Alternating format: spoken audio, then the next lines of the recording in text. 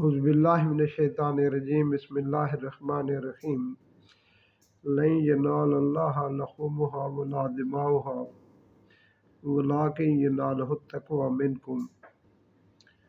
سورہ حج کی آیت 37۔ اللہ سبحانہ و تعالیٰ فرما رہے ہیں کہ اللہ تک نہ تمہاری قربانیوں کا گوشت پہنچتا ہے اور نہ خون، لیکن جو چیز تمہاری پہنچتی ہے وہ تمہارا تقوی ہے۔ میرے پیارو، اللہ سبحانہ و تعالیٰ مومن کے اندر ہمیشہ صفت تقوی پیدا کرنا چاہتے ہیں۔ جیسے روزے کے بارے میں فرمایا کہ روزے کا مقصد مومن کے اندر صفت تقوی پیدا کرنا ہے، ایسے ہی قربانی کا مقصد یہ ہے کہ انسان کی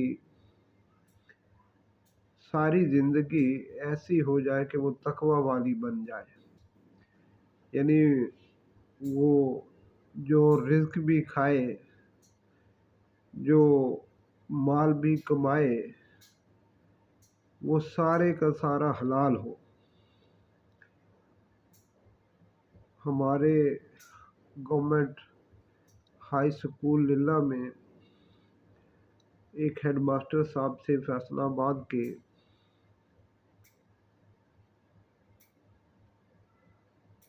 انہوں نے ایک بکرا رکھا ہوا تھا۔ اسکول کے ہاسٹل میں ہی ان کی رہائش تھی، تو ایک دن ان کے قربانی کے بکرے کو کسی ملازم نے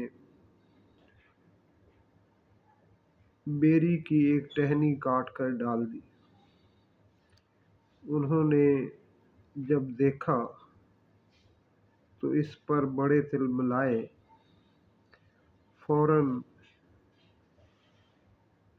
اسکول کے اساتذہ کی میٹنگ بلائی اور فرمایا کہ میں نے اس ملازم کو یہ نہیں کہا تھا کہ اسکول کی بیری سے میرے اس قربانی کے بکرے کو